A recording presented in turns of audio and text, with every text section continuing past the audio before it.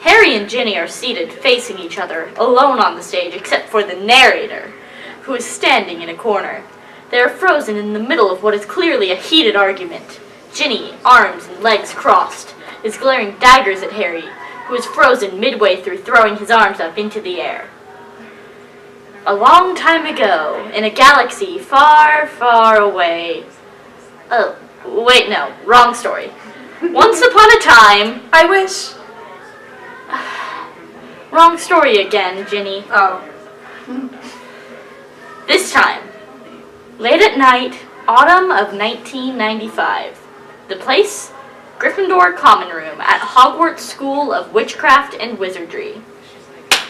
I don't understand what your problem is, Ginny. I asked you to help me with this because I thought you would be easy to work with.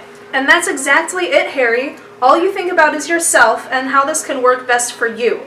I just want you to let me have my own experiences, separate from you and your needs, but you just refuse to see that. If you won't help me lead the DA in my own way, then you won't have my help at all. Fine, be that way. Get out, I don't need you. Ginny storms off stage.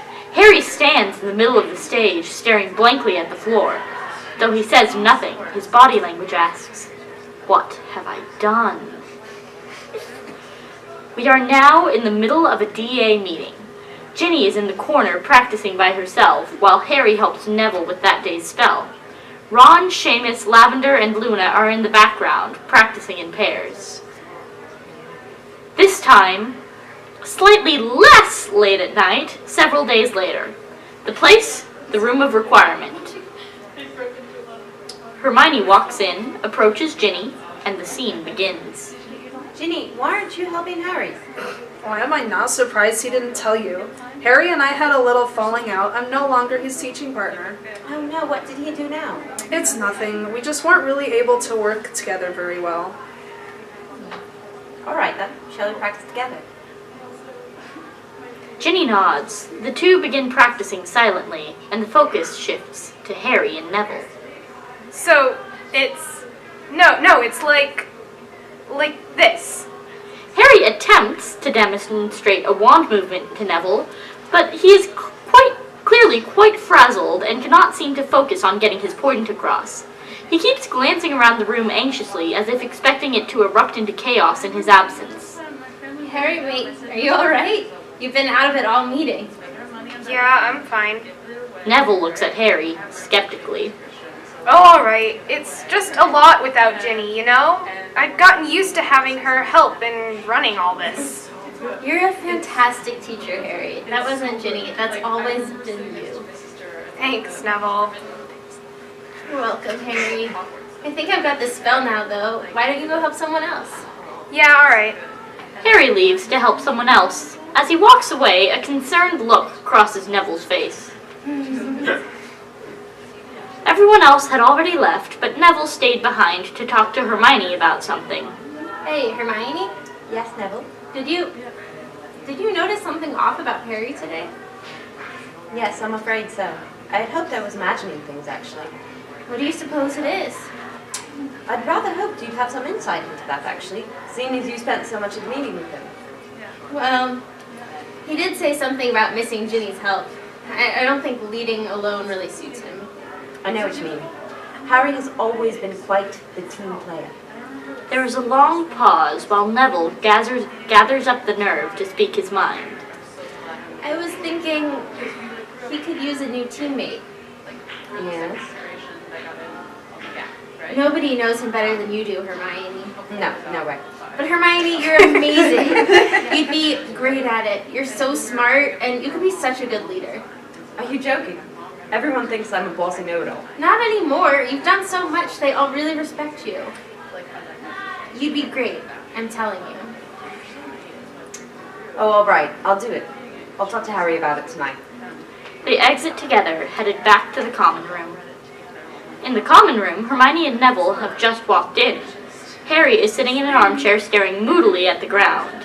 Hermione and Neville exchange glances, and then Neville goes upstairs. Hermione tentatively approaches Harry.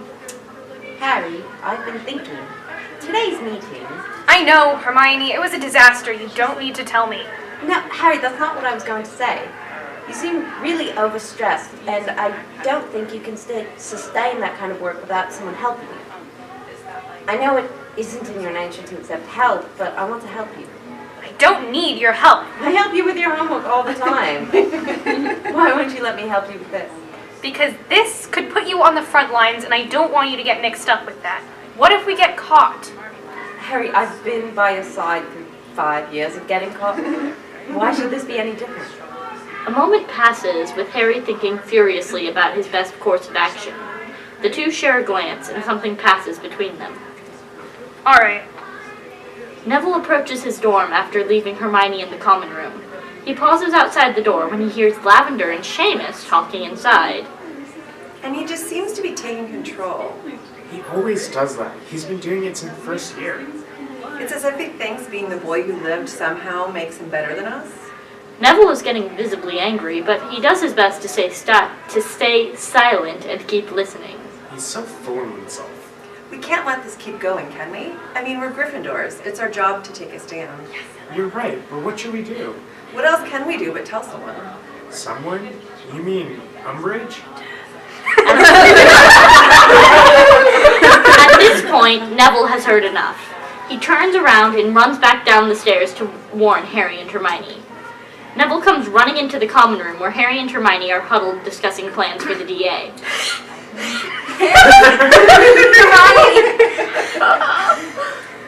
Bad news. Harry and Hermione look up, startled.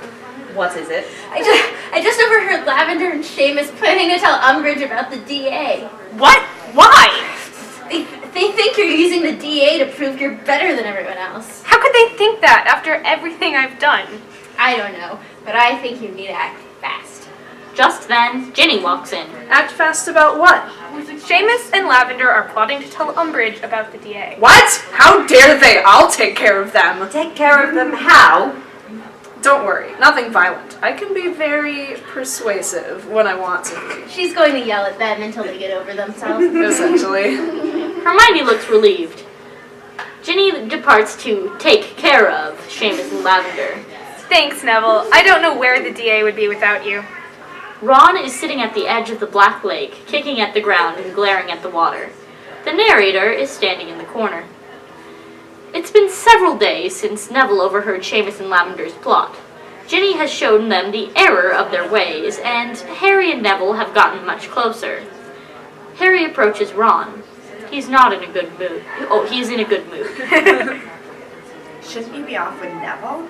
What's up with you? Nothing's up. I just figured you'd rather hang out with your new best friend. I don't get you. You're still my best friend. Yeah, is that so? Doesn't seem like it. He gets up and storms off.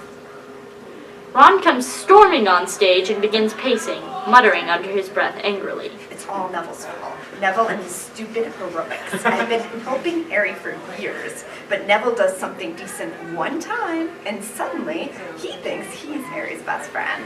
I'll show him, but what can I do? Unbeknownst to Ron, Luna enters. She hears him rambling and decides to stay and listen. It's not like Harry will listen to me. He thinks Neville is the best thing since self-inking quills. I have to do something myself, I guess. He stops moving, as if having a revelation. The enemy of my enemy is my friend. I may hate them, but the Inquisitorial Squad may be my only hope. I'll tell them he's going to a secret club meeting. Those aren't allowed now. But how can I get Neville caught without getting caught myself? There's a long pause while Ron thinks. Ancient runes. Neville's in ancient runes. I'll tell them to catch him when he's going there, from there to the DA meeting tomorrow night. Ron rushes off stage. Luna stares after him for a moment before turning and leaving. Hermione and Neville are sitting at a table in the library, bent over an ancient runes textbook, doing homework together. Luna rushes in, panic plain on her face. Luna, what is it? Ron just did something awful. Hermione just sighs. She knew this one was coming. What'd he do? He's just gone to tell the Inquisitorial Squad that people from your Ancient Runes class tomorrow are going to be at a secret meeting after class. You what? Yes, he wants Neville to get in trouble so he'll stop hanging out with Harry. Neville looks astounded. Okay, we need to stop this. I would assume it's too late to prevent Ron from talking to the Inquisitorial Squad, but we can still get him to call them off. But how? Hermione, you've got to do it. Harry may like me, but he trusts you. He won't believe any of us but you, especially since it's Ron we're talking about. Hermione looks unsure. This could spell the end of the DA if we aren't careful. I really think it needs to be you. I don't know. He's always sided with Ron in the past. If anyone can do it, you can, Hermione. With this extra support, Hermione gains confidence. She nods resolutely and then gets up and walks out. Hermione walks into the common room where Harry and Ron are playing chess. Hey, Hermione, come help me beat Ron for once. Hermione smiles nervously and walks over. I was just looking for you two, actually. I've been practicing cooking lately, and I was wondering if you two wanted to have a picnic by the lake for lunch. The weather is lovely, and it would be a shame to spend all day inside. Sure, why not? I never say no to food. Sounds delicious. Brilliant, I'll just go prepare basket then. Why don't she meet me outside after you finish the game? Shouldn't take too long. It is Harry I'm playing. Harry gives Ron a playful shove as Hermione walks out. The trio are out by the lake, about halfway through their picnic. Harry and Ron are roughhousing while Hermione looks on anxiously. The narrator is seated on the other side of the stage, observing them. Hermione was supposed to tell Harry about Ron's plan today, but it doesn't look like that will happen. Harry, I need to tell you something. Harry comes running over, grinning widely.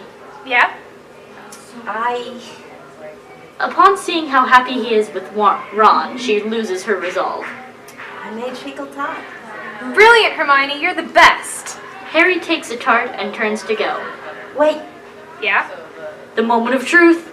Will she tell him or will she chicken out? we should do this again tomorrow. Yeah, definitely. He rushes back to join Ron. Same setting the next day. The tone is different, though. Ron refuses to look Harry in the eye, and Harry is beginning to notice. Hermione is getting increasingly anxious. It's now or never. If Hermione doesn't tell Harry before the end of this picnic, the DA is done for. Ron, what's gotten into you? Nothing. Why should something have gotten into me? I'm fine. Hermione, seeing her chance, steels herself for trouble and seizes the opportunity. Of course you aren't fine. How could you be when you just arranged for the DA to be shut down? What? I never. How could you think? What? You arranged for me, Neville, and all the other DA members in 5th year ancient runes to be caught by the Inquisitorial Squad. If we all get caught, the DA is done for. Ron, how could you? It was just supposed to be Neville. And you think that's any better? No, Harry, Get out! I don't want to see you again until you fix this. Ron, despondent, gets up and leaves. Harry turns to Hermione, making to ask her a question, but then changes his mind. The narrator is standing in the corner, alone on the stage. Ron was too late. When he got to the Inquisitorial Squad, they had already reported to Umbridge, and they had orders to ambush the group as soon as they left class. They weren't particularly interested in listening to him, either, and so Hermione and Neville took matters into their own hands, warning everyone in their class of the impending attack. Properly prepared, they were able to fight back, and the DA was saved. Nobody got in trouble, and almost everything went back to the way it was before. The one difference was that this time, it was Neville standing by Harry and Hermione's side.